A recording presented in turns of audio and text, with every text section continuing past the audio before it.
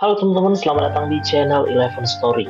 Seperti biasa, kita akan melanjutkan petualangan Frieren dan kawan-kawan menuju Ende dengan melanjutkan chapter 64. Party Frieren kali ini telah tiba di kediaman Graf Dax. Namun Frieren tampak ingin buru-buru meninggalkan kota itu. Sikap ini dianggap aneh oleh Stark karena biasanya mereka tinggal beberapa bulan jika menempati kota besar. Tak lama setelah itu muncul seorang pelayan istana yang menyapa Frieren dan mengundang party Frieren untuk makan malam di istana. Sebenarnya Frieren maunya menghindari ajakan ini, tapi karena pelayan ini bersikeras, akhirnya mereka menerima tawaran itu. Di istana mereka dijamu dengan makanan mewah. Graf Dax, seorang bangsawan yang mengundang mereka, mengucapkan terima kasih kepada Frieren atas jasanya yang dulu pernah menolong kakek buyutnya. Namun selain ucapan terima kasih, Graf Dax tentu ada maksud tersendiri untuk mengundang Frieren ke istana.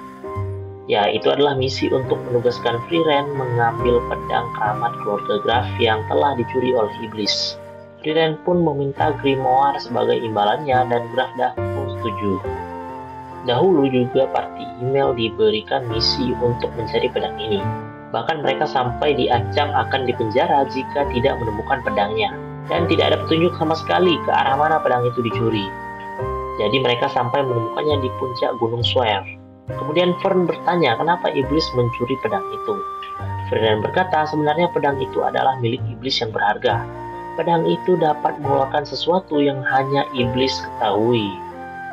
Kemudian Fern bertanya lagi, jadi kenapa kamu mengambil misi itu? Kukira kamu akan menolaknya. Frieren mengatakan bahwa pedang ini adalah pedang yang sama saat email mengembalikannya dulu. Kalau aku menolak, itu akan membuat usahanya dulu jadi tidak berguna. Orang seperti email pasti tidak akan menolak orang yang membutuhkan pertolongan seperti ini.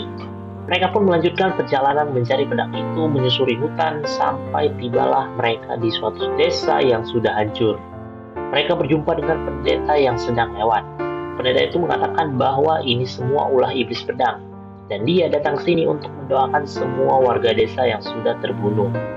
Kemudian pendeta itu membawa mereka ke makam warga untuk berdoa. Tiba-tiba Frieren langsung menyerang pendeta itu. Tapi dia berhasil menghindarinya sehingga terlihat bahwa di makam itu tidak ada satupun mayat yang membuat pendeta itu terbukti sebagai iblis yang sedang menyamar. Iblis itu mengatakan kalau dia membunuh karena ada perintah yang menyuruhnya.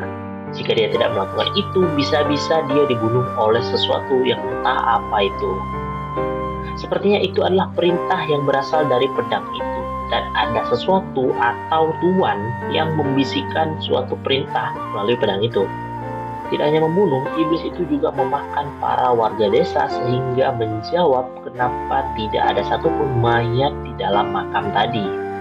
Party Frieren pun langsung bersiap-siap menghajar iblis itu. Dan dia langsung terbunuh dengan sekali serang oleh Frieren. Kemudian kita diperlihatkan flashback party Himmel yang berhasil mendapatkan pedang keluarga Graf yang dicuri, yang dimana Frieren mengeluh betapa merepotkannya permintaan ini. Tapi Himmel mengatakan bahwa dengan kita menjalankan misi ini akan ada banyak nyawa yang terselamatkan. Karena bisa saja iblis yang memegang pedang ini akan membunuh banyak nyawa jikalau dibiarkan. Kembali ke party Frieren, setelah membunuh iblis tadi, mereka pun mendoakan warga desa yang telah berpulang ke alam baka. Dan mereka kembali ke kota untuk menyerahkan pedangnya kepada Graf Dax. Lalu mereka menerima imbalan yang berupa grimoire yang berisi sihir yang mengubah apel merah menjadi apel hijau. Sungguh sihir yang tidak berguna. Tapi begitulah menjadi seorang pahlawan. Di setiap misi mereka mungkin terlihat melakukan hal-hal sepele atau merepotkan. Tapi hal-hal kecil yang mereka lakukan bisa berdampak besar dan bermanfaat bagi keselamatan umat manusia untuk kedepannya. Terima kasih sudah menonton, sampai jumpa di video selanjutnya.